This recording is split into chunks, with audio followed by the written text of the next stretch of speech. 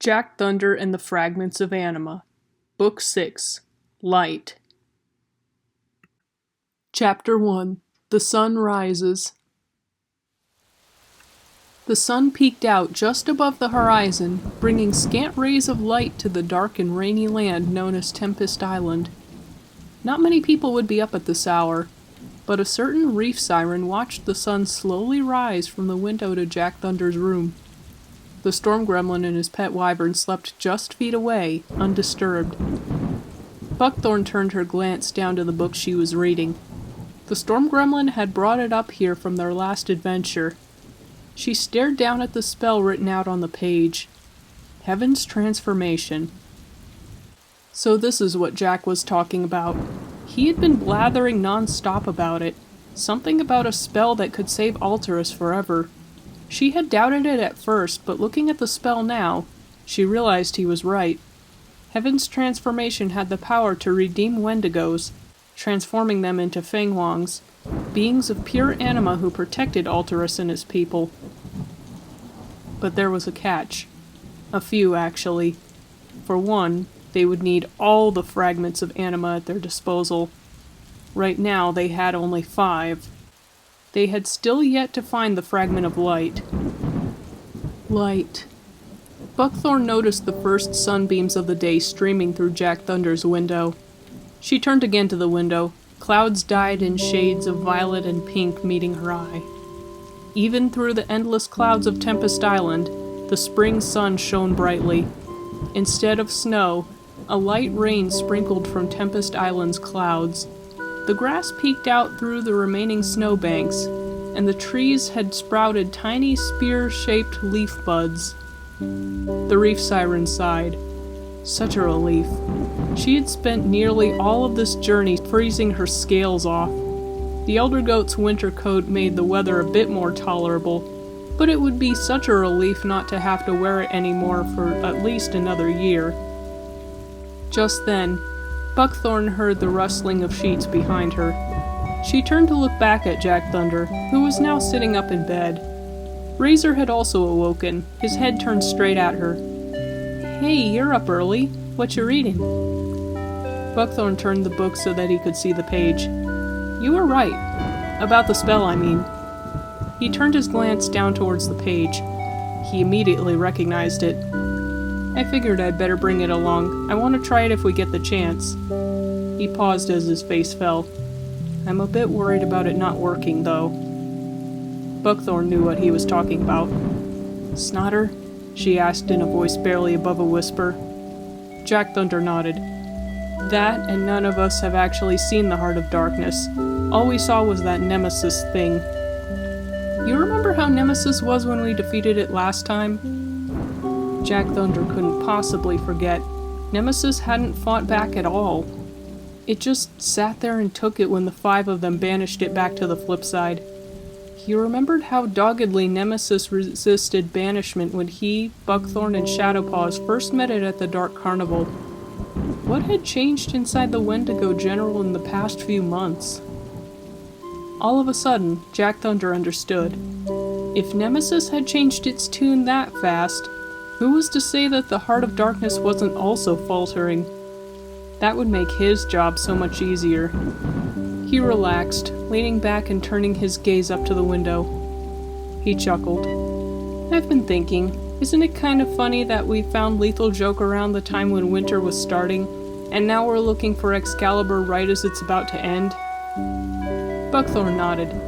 She didn't really find it funny, but it was more than appropriate. They sat in silence for a few moments before a sudden buzzing caught their attention. Jack Thunder and Buckthorn turned their heads towards the source of the noise. There in the corner sat Stormbringer and the Sea Stone, pulsing with waves of golden yellow light. "Are you sure that's what it was?" Shadowpaws swallowed another mouthful of scrambled eggs. "What else could it be?" Jack Thunder answered. He pointed to the fragments of anima. "Look, they're flashing right now." Sure enough, the fragments were all glowing the same golden color beside the young heroes. Stormbringer, the Sea Stone, Lethal Joke, Terra, and Yuki had all traded their elemental hues for the color of the light element. Shadowpaw sighed to himself. Barely even 2 months since he nearly got all his fur singed off, and now they had another adventure on their hands. And it would only get more difficult when they had all the fragments. Then they would actually have to face the Heart of Darkness. He rubbed his temples. He didn't want to think about that right now. All of a sudden, a familiar birdman burst through the front door. San swooped inside before making his landing on the kitchen tile. By his heavy breathing, it sounded like he'd been flying outside for a while. It seems that we're on the course for the Forest of the Young, he panted. Excalibur is in the Forest of the Young? Kirami inquired. She remembered traveling through the glorious woodland with Alteria during their travels, but she hadn't sensed any sign of the Light Fragment. Then again, they didn't have any of the other Fragments of Anima with them either. It would seem so. I didn't see it down there, but... Oh, come on! Snotter shouted. We need to go right away. Who knows if that Nemesis freak is already down there? Kirami nodded in agreement. That Wendigo must be getting pretty desperate by now. But what about the Grotto of the Young? Buckthorn jumped in. What about it? Snotter was getting more impatient every second. There might still be some residual magic around the grotto. How do we know it isn't just that? Snotter snorted. So what? We just sit here and do nothing until we know for sure? We don't have time for that. Buckthorn admitted to herself that Snotter had a point, but the fairy snail's attitude was really getting to her. She looked around and spotted Shadowpaw's. You agree with me, don't you? Shadowpaw's froze, perturbed. Hold on. The 5 heroes snapped to attention. San had been the one to interrupt. The Fragments of Anima have never steered us wrong thus far. Why would they now? But what about... Buckthorn stammered. San shook his head. When we first got captured back in the Dark Carnival, we didn't realize it wasn't the dark fragment Stormbringer was sensing until it was too late. That was our fault, not the Fragments. He turned to Snotter. The Fragments guided us to the Emerald Woodland when we were looking for Terra. Do you remember where you found it?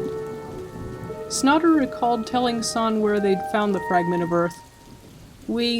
It was underneath Yggdrasil. Correct. I'm thinking that Excalibur might be somewhere under the ground like Terra was. San turned back to Buckthorn. I understand your point. The Grotto of the Young is a place with strong light magic. But Snotter and Kirami are right. Nemesis and the other Wendigos are going to be pulling out all stops on this one. Even if we don't find Excalibur, we can at least find some clues as to where it is. Buckthorn nodded slowly. That made sense. All right then. Jack Thunder clapped his hands together. When do we leave?